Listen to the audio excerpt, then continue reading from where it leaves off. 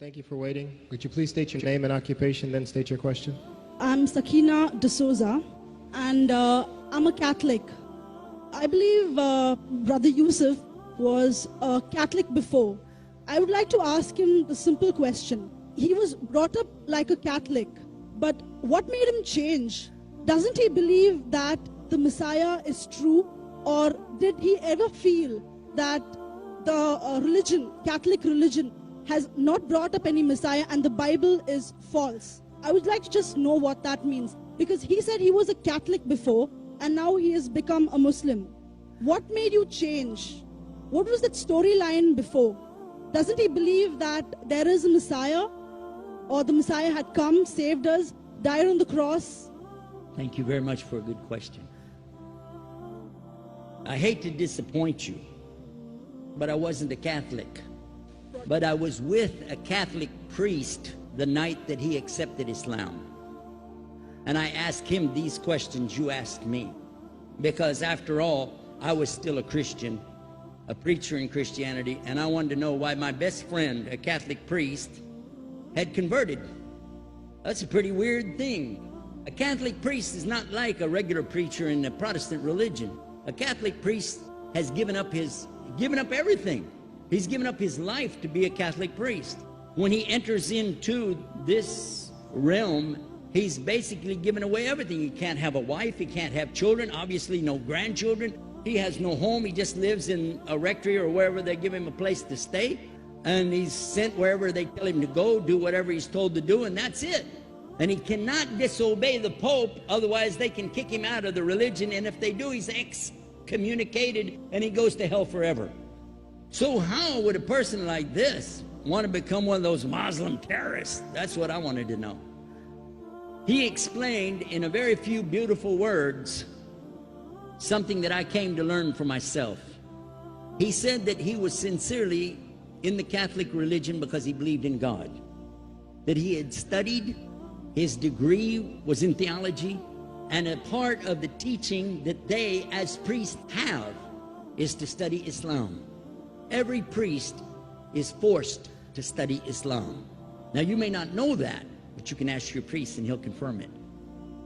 And when you study Islam, even when Islam is taught to you by somebody who hates Islam, as long as they don't corrupt it too far, you can still see the truth in Islam. A classical example happened to me just recently when I was in Saudi Arabia.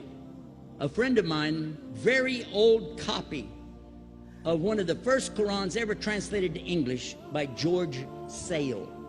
George Sale hated Islam, he hated the Muslims, but when he translated the Quran to English, he was true to the text of the words. Although maybe not getting all the meaning, he certainly was true to the text of the words. I was shocked when I read it. Have you seen it? You know what I'm talking about? Amazing.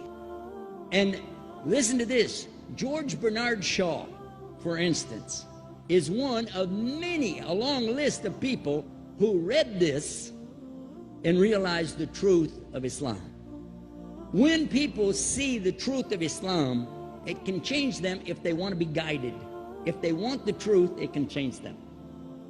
You might think, I'm a Catholic, I'll never be anything but a Catholic.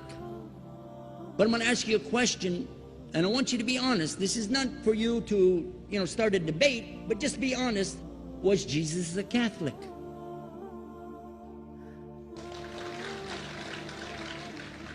And it's not open to debate, so there's no point in opening that up, because you know and I know he wasn't.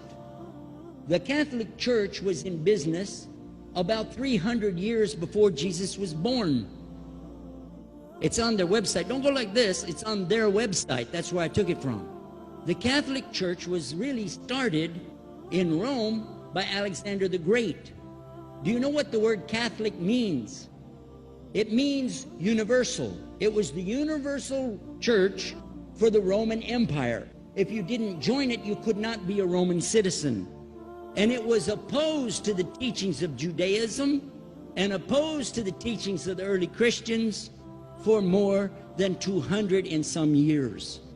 And they were diametrically opposed to each other to the extent that it was the Romans killing the early Christians. Now, if you understand that and you go to their website and read, they didn't even take over Christianity until the year 325 AD. And when they did, they changed a lot of things, again, referring to their own website. But if you want to check it in Britannica or Americana or grow your encyclopedias, go ahead and read about the Catholic Church. When in August of 325 AD at the Nicaea Council, they took over, first thing they said was, let's change the date of the birth of Jesus to be the same date as that of Mithras, which was the god, one of the gods worshipped there, and also the sun god's birthday was the same day, December the 25th, believing it to be the shortest day of the year. And Constantine was a sun worshiper of Saul Invictus. Go to the website, read it for yourself. There are a lot of points, but not the least of which, even today, if you go in any Catholic church, and I have, you'll see so many portraits and statues and idols and images throughout the whole place, that for the one who's never experienced that, for a Muslim who knows about these images, he'll be like, whoa, a'udhu billah. Whoa, what's this? The first time I walked in a Catholic church, I was about 10 years old. I was shocked. I was shocked at the idols and statues everywhere, because in the Protestant religion, we were brought up to believe that the second commandment was just as important as the first commandment. The first commandment in the Bible, in Exodus, is the same as the first commandment in the book of Deuteronomy. It says, I am the Lord your God that brought you out of the land of Egypt in the house of bondage. You know no other God beside me. Beside me there's no other gods. Thou shalt not have any other gods beside me. How many in this room agree with that commandment? Raise your hand.